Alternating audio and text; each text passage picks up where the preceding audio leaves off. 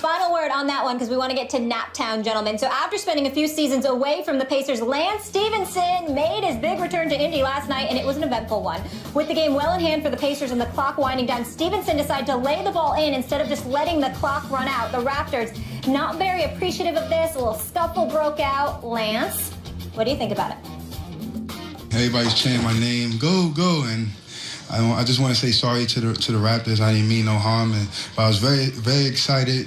First game back home, and I wanted to do it for the fans. But I just want to say sorry. Run the clock out. You know, that's just being a professional. I don't care who you are or how you feel or what's going on. It's just the right way to play basketball. It's a way to win. It's a way to lose in this league, and that ain't the way to win. That ain't the way you finish games. I think those guys know that. You know, that dude he has no class. He has no taste. I thought it was Bush League. And again, you know, we know who he is. We know what he stands for. And referees, and I thought our guys reacted in the proper way. Max, yeah. What does this say about the Raptors that they're making such a big deal out of this? Sore losers. I mean, look, we know that there are unwritten rules, and Lance Stephenson crossed one of them here. He shouldn't have done it. You don't lay the ball up. You're up big. It has no bearing on the outcome. But it's a small thing. It's not a huge thing. But it got me to thinking, Stephen A. The unwritten rules seem to be a big thing in sports that really tick off, especially the losing team. They feel they've been shown up. I've written down the rules. They're now the written rules. Oh, Lord. Forget about unwritten. You don't score on purpose when the game's already won. You don't bunt to break up a no-hitter. Don't go for two if you're way up in the NFL. I mean, they're now written. I don't want to hear any more about the unwritten rules, which is largely an excuse for the losing team to act like sore losers because they don't like the fact that they're getting their noses rubbed in it. Well, it's the wrong thing to do, but it ain't that big a deal. Well, I think it would have been helpful if you wrote it in red or something like that as opposed to green for television, but that's just it's neither here nor there. I'm impressed you wrote it down. I am, and you're right about the rules. But in all seriousness, here's the deal. Lance Stephenson should not have done what he did. Big ups to him for apologizing, because it was Bush League. Dwayne Casey was absolutely right. But his rationale made total sense. The fans were just cheering him on. It was his first game back. He meant no harm. My issue actually isn't with the Raptors. It's with DeMar DeRozan specifically, because DeMar DeRozan put his hands on Lance Stephenson. He shouldn't have done that. Now, that's a different story altogether. You don't shove the dude because you don't like what he did in that regard. That's not a shovable offense, per se. Now, you might say something to him, but you don't put your hands on him. He's a grown man, okay? You don't like, I understand you didn't like it. It was Bush League. Dwayne Casey's right. P.J. Tucker was right to say what he said, and he got in his face as well, but was saying something in his ear. But at no time did he put his hands on him. DeMar DeRozan actually shoved the Lance Stephenson. And I like DeMar DeRozan, but you don't do that over something like that. It wasn't a scuffle or anything like that. The man was classless in terms of laying the ball up because he got caught up in the moment returning to the Indiana Pacers. He was wrong to do it. I'm sure you didn't hear his apology until afterwards, obviously, because it was happening on the court. But if you're DeMar DeRozan, you don't get in his face and put your hands on him over something like that. He's lucky he didn't get jacked. Yeah, I mean, Lance Stephenson marches to the beat of his own drum. That's part of his charm. He's a different animal. And he apologized afterwards. And by the way, even Paul George, said, look, he shouldn't have done it. I mean, it's not like anyone was saying Lance Stephenson was in the right. But you're absolutely right about DeMar DeRozan. You don't escalate it and make it something physical. What if Lance Stephenson had swung? Right now, it's a big deal. Right. We'll get into NBA with our next guest. So what is it like to work with Charles Barkley and Shaq? Ernie Johnson will tell us that later in the show. Like, who made your bracelet? That looks like a great address. You know, I got this bracelet from a guy in the steam room back in Arizona. You got what, towels on or off? Towels were on. As he was rubbing oil on his back, So you don't even know his name. Donald Trump's going to build a wall. Right, I heard it. I heard this. So I'm building that wall. Start over. Start over, brother. Bill Bridges, not walls, brother. Bill Bridges. The host of TNT's Inside the NBA, Ernie Johnson, is here with us promoting his new book. Have it right here if we can get a shot of that, Unscripted. Ernie, thank you so much for being here. Molly, it's my pleasure. Thank you. An honor and a privilege to have you, Stephen sir. A. Very honored One of the greatest, one of the greatest shows of all time. Forget about just now. It's one of the greatest TV shows I've ever seen. It's like the Adam West Batman, Your Guy's show, a couple other shows. I got news for you. Most shows with him work, no matter who else is there, even though those guys are great. You're the best. Ernie, you're very kind. I appreciate it. In your book, you talk about being a family man. How do you handle hosting the show that we just talked about, the magnitude of it and how popular it is? And you're a father of 6. Yeah. It's not anything new for most folks. everybody deals with the work-family balance and how you navigate that. My wife Cheryl and I have had the best scheduling, I guess. I go to work twice a week in the studio. I'm working on the NBA all the time, but I need to be there on Tuesday and Thursday nights. Playoffs all the time. My wife has had jobs as a CEO of a nonprofit that's fighting sex trafficking. Her schedule, my schedule, somehow they mesh. And then you've got older children who are grown and want to help with a handicapped child like Michael that we have. We just have a great team. And so, like everybody out there, you kind of sometimes you look at the schedule for the week and say, how the heck are we going to do this? Yeah. And somehow it gets done. Early in the show's history, and I'm watching, I'm a hoops addict, a junkie, and I'm watching him going, Ernie seems to me to be the kind of guy who likes to prepare and have everything buttoned up, and how is this at what point were you like, all right, this is something new? I think that I still prepare like crazy. Sure. And I still have way more at my disposal for a show that I'm never going to use. Mm-hmm. But that, to me, is being prepared.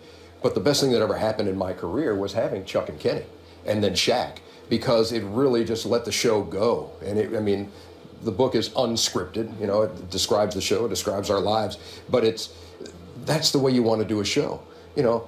We never have these guys out here 5 minutes before we start. They never come to production meetings. I'm in there, the producer's in there, the graphics crew is in there, but we don't want these guys to know what we're going to do. We just, we want to have a roadmap, the producer and I, and then we want to hit these guys with stuff. People call me the traffic cop of the show. I'm the rogue traffic cop. I'm the traffic cop who's saying, collision. Who's saying, Kenny, come on into the intersection. It's all clear, knowing that Shaq is going to T-bone him coming this way, and that's why it works. I remember seeing a piece on you where they, because you're so meticulous in terms of your preparation and being ready for the show, somebody stole your notes and what have you, playing around with you, and you got so ticked off. And I'm sitting there saying to myself, okay, that's Chuck, that's Charles Barkley. Yeah. Right now, with Shaq and his crazy self on it, who's the one most likely to play jokes on you now? Is it Shaq or is it Barkley? Shaq doesn't want to play jokes on me. Shaq just wants me to be part of what he's doing, because he's always working with his music or doing. We're 20 seconds before halftime. He's got some music going on and he's starting to sing it and he's recording at the same time, and he said, Ernie, sing this verse with me. You got like 2 billion YouTube hits. Shaq, we got to do show really good. It'll get like 10 million YouTube hits. And that's what I live with, right, day in and day out. Charles is the one who, at Kenny's behest, ripped up my notes one night. Can you imagine that? Yes. If somebody reaches over and the stuff you've been prepping for, the stuff you've been working on for 2 days, they rip it in half, 2 segments to go in the show. Yeah. I'm not dumb enough to swing on Chuck. Right. But I was like, you see this hot coffee? It could easily slip out of my hands and wind up right here if you ever touch my stuff again. Right. And so that was one of the few times really that I was kind of like, hold me back, right, but but please hold me back, because I'm not gonna go at Chuck. Right. Yeah. When you sit here and you think about some of the things, obviously the show is absolutely phenomenal. It's can't miss television. We've seen Shaquille O'Neal with the JaVale McGee thing. We've seen, Shaquille O'Neal recently with Durant. We saw Barkley with the whole LeBron stuff. We love it as far as I'm concerned. They're talking basketball. They never get personal. I don't have any problems with it. But today's generation of players seems to have changed. I know if anyone notices that, it would be you. Talk to me about that and how you believe the show has managed to adjust to that. I think that, obviously social media has become part of the fabric of that show. Early on, it was like, really, we have to put a tweet on TV now? And we had producers who were like, no, that's a fad. It's going to pass. No, that's very much part of it now. And it's instantaneous. So the things that we used to say years ago about a player, you might see 3 days later, here's his response. Mm-hmm. And now, by the end of the segment, here's the response. So you said that about, and to me... Sometimes from the locker room. That's what I'm saying. That's what I'm saying. And look, if these guys... Charles was doing his job. Charles is looking at what... If LeBron's going to come out and say this about what the Cavs need to do, that's fair game for us to talk about, obviously. I didn't have a problem with that situation at all, and them going back and forth. I thought JaVale and Shaq went too far. Mm-hmm. I think that got personal and that got petty, and it got to be 2 grown men acting like they were just about to start freshman year in high school. Mm-hmm. And it's like, they're both better than that. So, if if somebody's going to do their job and somebody's going to critique someone, but when it gets to threats and that kind of thing, come on, you're better than that. How do you stop it from being too self-indulgent, right? Because you see other shows start to really indulge themselves in terms of the characters and the relationships on the show, and it gets self-indulgent. And you guys do that, and my wife, who does not follow sports, can't stop watching the show with me. Like, I get to keep on the post game because you guys are doing your thing. So how do you thread that needle? That's difficult. I think sometimes we probably do cross the line. We shouldn't be the story. We should be reporting the story. And, but I think part of it also is we want folks to know if a player's going to tweet out about sitting and watching our show, that may seem self-serving and self-indulgent, but it's also kind of like, you know what? We kind of have the ear of the league, okay? Players listen to us. Even the players who say, "Oh no, I never watched." Yeah, they always. I don't care about that. What does he know? He never won anything. And what does he? They listen, and I think there is value in what the guys on our show, Kenny, Charles, and Shaq, bring to the table, because they've been in every conceivable NBA situation, whether they've won championships or not. They've been in every situation, and look, the current player can learn from guys who have been there, and not just be obstinate and say, "Well, what do those guys know? That was back then." No, they've got values and they've got information that is valuable to players today. The bottom line is that with Shaq, a 4-time champion, Kenny Smith, a 2-time champion, people forget that sometimes. Yeah. Charles Barkley, one of the 50 greatest players in NBA history. They have the qualifications, and they're all friends of mine. So let me just put that out in full disclosure. But let me ask you this question, and I'm gonna get to my point, Max, because you know where I'm going. You know where I'm going. Now, Ernie, you've been associated with the NBA for decades. You know this better than me. You know some people had a problem with Kevin Durant going to Golden State. I know I certainly did. Yes, I heard. No problem. Thank you very much. No problem with him as a person. He's a superstar player. He's a great basketball ambassador. But to be one of the greatest players in the game and to join a fully loaded crew like Golden State, to me, it compromised the balance of power. That alarmed me.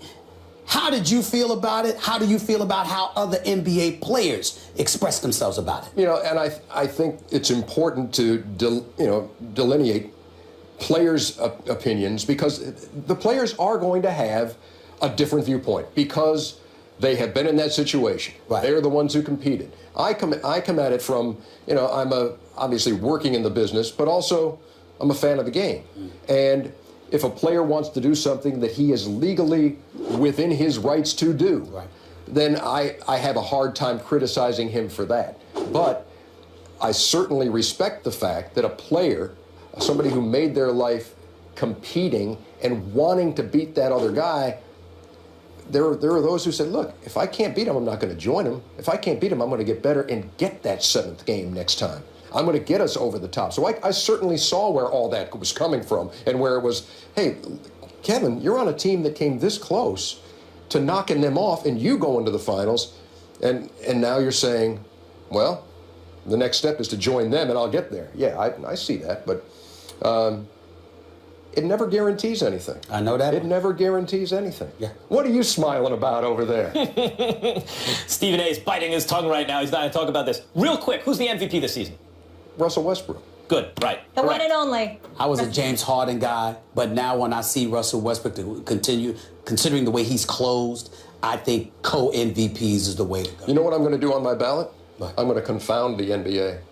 Because we have a drop-down thing where you click on. Right. I'm just going to try to somehow make that so I can write in Russell Harden and see what they do with that. There we go. I like that. I like that. I'm going to try that myself. Yeah. That's Appreciate you. Thank you so much for being here. And pick up his book, Unscripted, available now. Thank you so much. An honor to have you, sir. Oh, it's mine. Thanks, man.